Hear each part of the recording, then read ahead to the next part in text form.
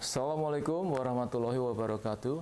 Afiamen dimanapun Anda berada, teman-teman, rekan-rekan, mantan karyawan Merpati, juga para pilot Merpati, dari Sabang sampai Merauke.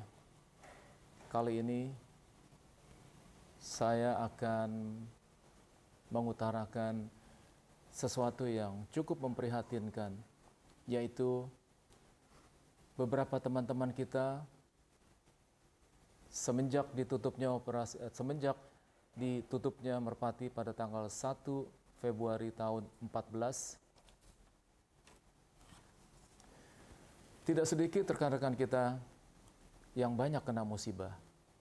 Seperti yang sudah diberitakan sebelumnya, yang cerai dengan keluarganya, yang diusir dari rumah kontrakannya, yang hidup susah sampai detik ini menjadi tukang kebun yang dibayar kalau kebunnya sudah panen, dan yang menjadi penjaga toko, masih banyak lagi. Belum lagi yang kemarin sudah kita sebutkan, yang jadi sopir ojol atau sopir Uber pada saat itu. Begitu menderitanya. Dan sebagian dari mereka, ada 12 orang yang sudah saya dapatkan datanya, yang saat ini sedang menderita sakit. Boleh saya sebutkan nama-namanya. Daftar teman ex Merpati yang memerlukan bantuan. 1. Pak Adi Sucahyo. 2. Pak Edi Junaidi. 3. Pak Bambang Sutopo. 4. Pak Suhar. 5. Pak Panut Saputro. 6. Pak Sudarsono. 7. Pak Jajak. 8. Pak Kamim. 9. Pak Amir Kosim. 10. Pak Aspuar.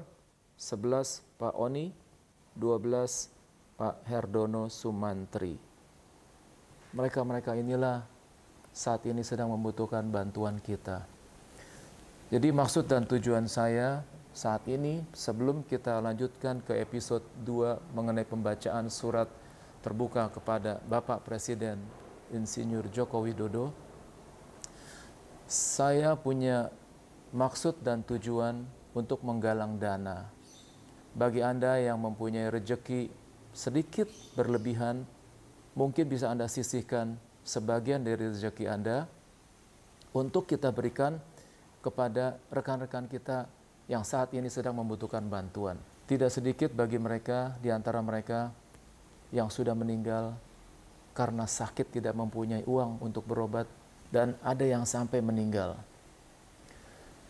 Untuk itu, bila Anda berkenan untuk menyisihkan dana, bisa Anda kirimkan melalui saya dan akan saya transfer kepada mereka yang membutuhkan. Untuk pengiriman dana tersebut dapat Anda kirim ke rekening di bawah ini atas nama saya, dan nanti akan saya distribusikan. Kami akan bagi rata kepada mereka semuanya. Semoga dana yang Anda berikan ini menjadi berkah dan menjadi bermanfaat untuk mereka yang sangat membutuhkan detik ini. Sekarang bisa kita lanjutkan untuk menyaksikan press conference part 2. Oke, sebelum saya tutup, sekali lagi saya ucapkan banyak terima kasih atas uluran tangan Anda. Semoga betul-betul dana tersebut menjadi bermanfaat. Dan sekarang kita bisa lanjutkan ke part 2, yaitu tentang pembacaan surat terbuka kepada Presiden, berikut dengan jawaban yang sudah diterima oleh tim kami. Terima kasih. Wassalamualaikum warahmatullahi wabarakatuh. Sekali lagi selamat datang dalam rekan-rekan wartawan. Terima kasih kesediaannya untuk hadir untuk meliput acara kami, dan selamat datang juga buat rekan-rekan penerbang dan karyawan Merpati. Walaupun saat ini suasana pandemi yang dibatasi kehadiran, tapi untuk rekan-rekan tetap mau support, walaupun sebagian besar mereka support dari tempat masing-masing. Pada kesempatan ini saya hanya ingin bercerita. Mungkin di antara rekan-rekan semua sudah agak lupa dengan Merpati Nusantara. Tapi saya yakin di antara rekan-rekan khususnya yang berasal dari daerah pasti masih ingat bagaimana itu Merpati, bagaimana sepak terjang Merpati yang sudah menjelajahi hampir seluruh pelosok Republik ini. Oleh karena itu saya mencoba menulis dengan judul Melawan Lupa. Saya Kapten Edi Sarwono, ex-pilot dan karyawan Merpati Nusantara Airlines. Saya bergabung dengan PT MNA setelah lulus dari pendidikan penerbang di LPTU Curug pada November 1977. Di antara tugas-tugas saya selama di Merpati, lebih dari 10 tahun saya bertugas sebagai kru pesawat DHC-6 Twin Otter yang melayani penerbangan perintis. Penerbangan perintis ini pada saat itu menjadi salah satu yang utama dari misi MNA, yaitu membuka jalur udara dari kota yang lebih besar ke daerah terpencil yang masih sulit dijangkau via darat maupun laut. Pada saat itu fasilitas penerbangan yang ada juga masih sangat terbatas. Kondisi lapangan terbang belum sempurna, terutama di daerah pedalaman. Rata-rata hanya berupa landasan rumput yang terkadang sangat licin karena rumput itu basah atau tanahnya yang berlubang. Kami pun harus ekstra hati-hati pada saat lepas landas dan mendarat. Begitu pula sarana navigasi penerbangan juga sangat minim. Peralatan navigasi pesawat masih sangat terbatas. Belum ada peralatan GPS yang memungkinkan kita terbang dengan akurasi yang lebih baik. Selain cuaca yang kadang kurang bersahabat, kami pun harus mampu mengatasi medan yang berat. Karena lapangan terbang perintis terkadang terletak di lereng atau di balik bukit, sehingga kami harus terbang di atas gunung-gunung yang kadang lebih tinggi dari kemampuan pesawat terbang kami. Untuk diketahui, saat itu sarana navigasi di lapangan terbang perintis rata-rata hanyalah berupa NDB atau non-directional beacon. Perlu saya tambahkan di sini, itu hanya berupa jarum yang menunjukkan di mana lokasi station yang kita tuju. Tapi jarum itu juga tidak akurat, karena terganggu awan, terganggu dengan pantai, tidak steady. Ini adalah alat navigasi yang paling rendah tingkatan akurasinya. Alat komunikasi saat itu pun hanya radio SSB atau single sideband. Begitu pula tenaga listrik hanya menggunakan genset. Itu pun seringkali rusak atau tidak ada BBM-nya karena sulitnya BBM di daerah-daerah terpencil, sehingga kami terpaksa tidak dapat memakai fasilitas tersebut saat terbang. Kami sering terpaksa memakai alat bantu navigasi lain seperti pemancar radio lokal, itu pun kalau ada. Kami lebih sering bernavigasi menggunakan peta visual dengan mengandalkan mata telanjang untuk menghafal desa dan sungai yang harus kami lewati untuk sampai ke lapangan terbang perintis tujuan.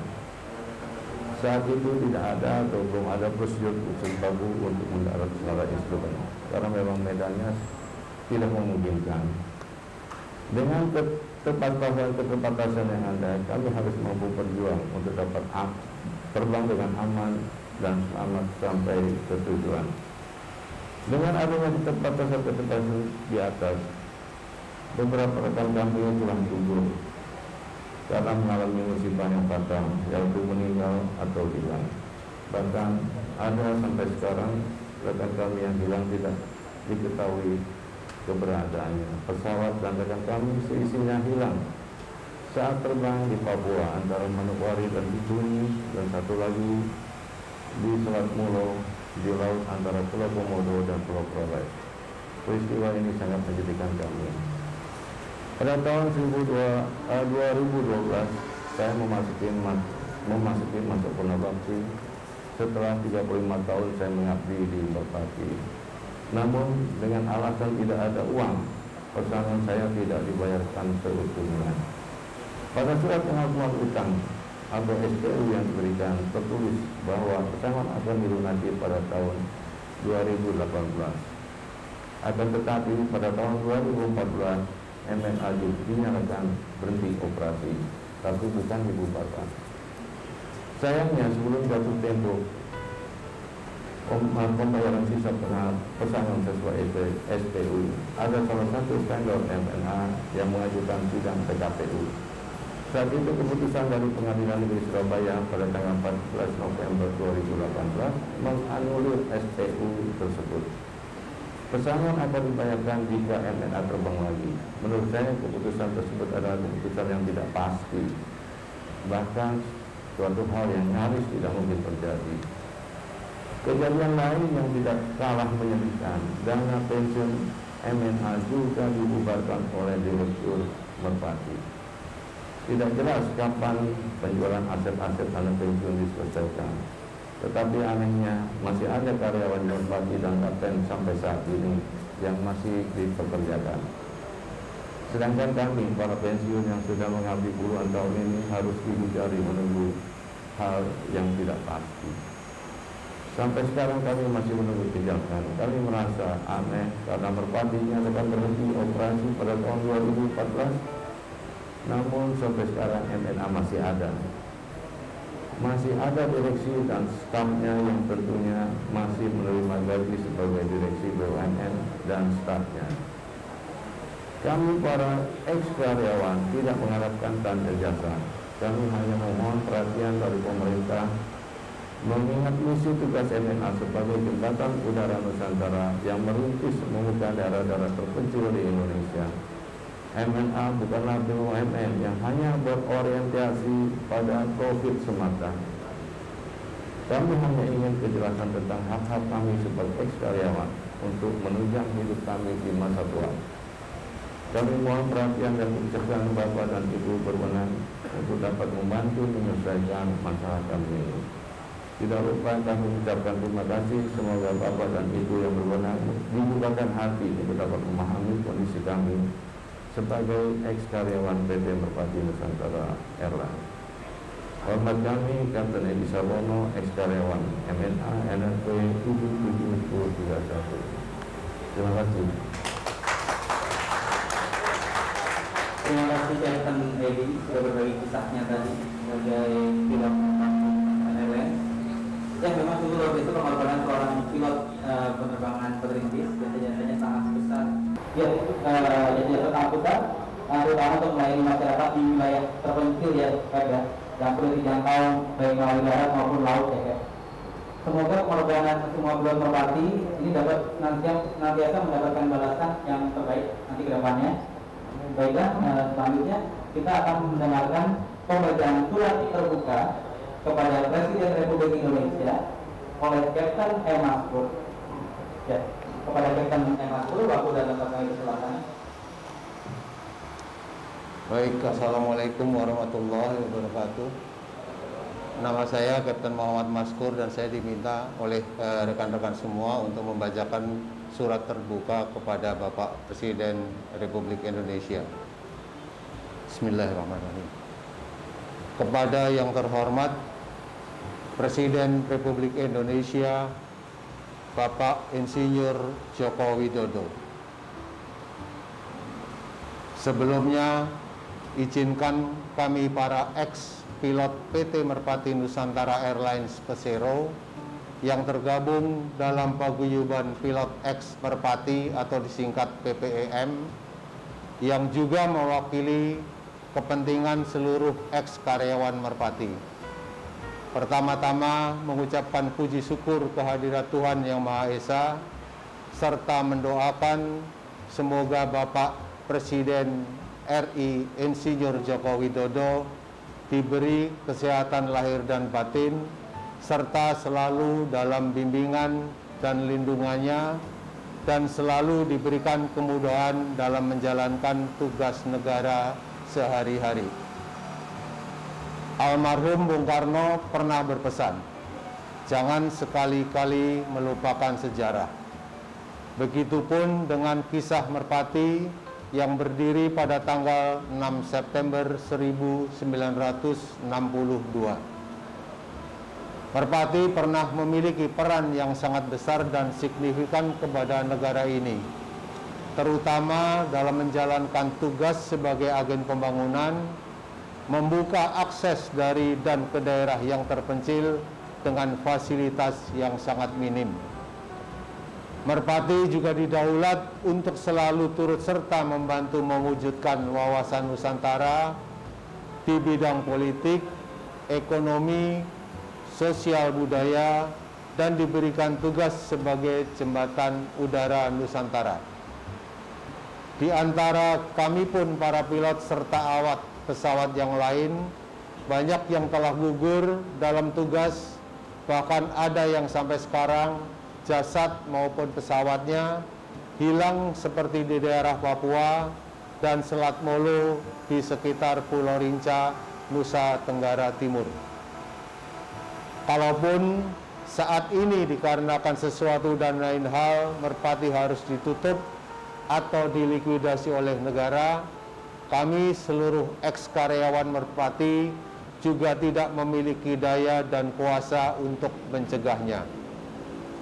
Hanya satu hal yang ingin kami mohon kepada Bapak Presiden, janganlah kami diperlakukan seperti kata pepatah, habis manis sepah dibuang. Kami memohon dengan sangat perhatian serta pertolongan Bapak Presiden untuk membantu dapat segera dibayarkannya hak pesangon kami yang sejak tahun 2016 belum tuntas diselesaikan oleh PT Merpati sebagai perusahaan milik negara. Begitupun hak pensiun kami yang sampai saat ini tidak ada kepastian maupun kejelasan kapan akan diselesaikan dan dibayarkan secara tuntas sejak dikeluarkannya pengumuman bahwa dana pensiun Merpati Nusantara Airlines telah dibekukan dan dibubarkan oleh Direktur Utama Merpati pada 22 Januari 2015.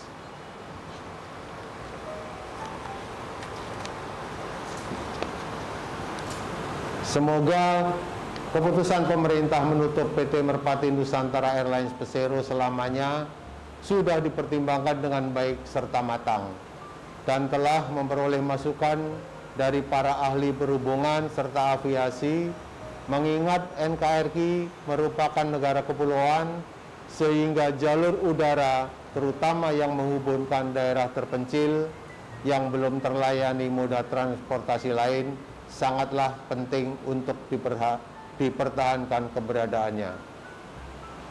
Demikian surat terbuka ini kami sampaikan kepada Bapak Presiden di tengah penantian ketidakpastian penyelesaian hak normatif kami, yaitu hak pesangon dan hak pensiun.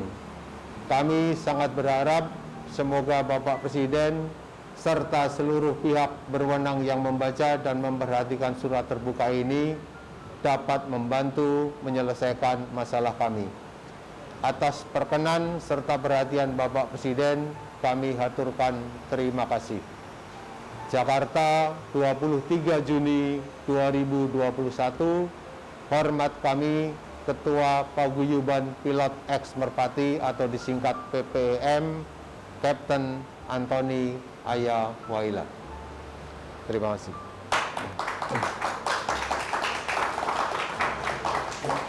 Terima kasih Kapten Mahfud. Semoga surat terbuka ini segera diterima dan ditindaklanjuti oleh Presiden Republik Indonesia Bapak Insinyur Haji Joko Widodo. Semoga semua hak-hak normatif yang tertunda sampai saat ini dapat segera terpenuhi. Baik, selanjutnya rekan-rekan media kita masuk sesi tanya jawab. Surat yang buat presiden tadi Pak. Oke. Sama udah diterima belum Pak sama presiden? Sudah. Tolong apa ada terimanya presiden Pak? Bisa berapa ketua pemerintahan Pak Antoni Ya, kalau ini boleh dipegang Pak. Surat pada presiden.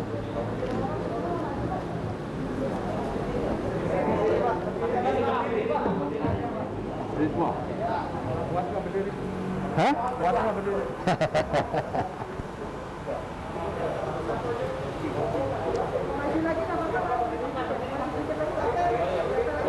Izin Kevin boleh maju sedikit dari anak media kalau mau supaya tidak terlalu dekat juga jaga jarak bersama.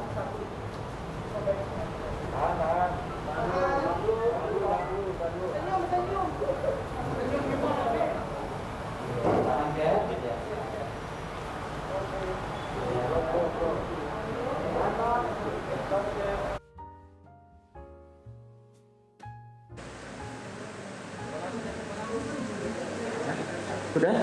Rekan-rekan media? Sudah cukup? Sudah? Oke, baik. Terima kasih Captain. Ya. Oh, udah yang tadi. Ya, ini di belakang katanya ya, kata itu di belakangnya. belum di setting dulu. Di belakang ya. Ya, ini akan menunjukkan tanda terima dari ya. Tanda terima.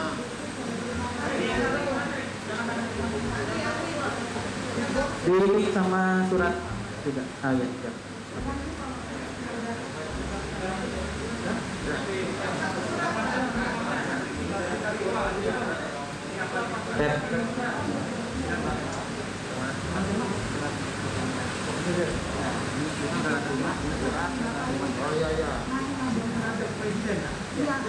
Ya, dari sebelah sini ada tanda terima dari Setnek, kemudian ini surat untuk Presiden Jokowi, kemudian ini ada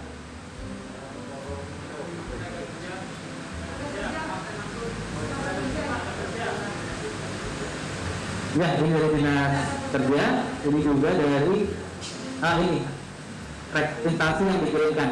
Ya. Ya. Captain Maksud boleh ke depan. Dari sebelah kiri adalah surat terima ke Setnek, kemudian ada surat kepada Presiden Jokowi, kemudian untuk Kementerian Tenagakerjaan, dan yang terakhir adalah lampiran 10 instansi yang dikirimkan surat. Kan, Cek?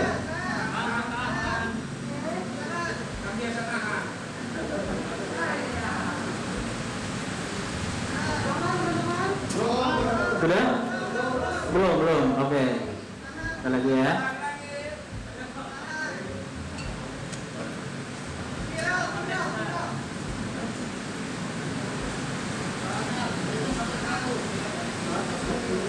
Oke. Sudah? Akan ya. Terima kasih Captain. Semoga rekan-rekan ini juga bisa membantu memblow up surat-surat ini. Oke, untuk teman-teman yang butuhkan kopian untuk tanda terima tadi dan surat kepada Presiden Jokowi, nanti bisa diambil juga di Sekretariat TPM ya, di sini. Baik, kita lanjutkan untuk sesi tanya. Kira-kira dari rekan-rekan media apa ada yang ingin bertanya?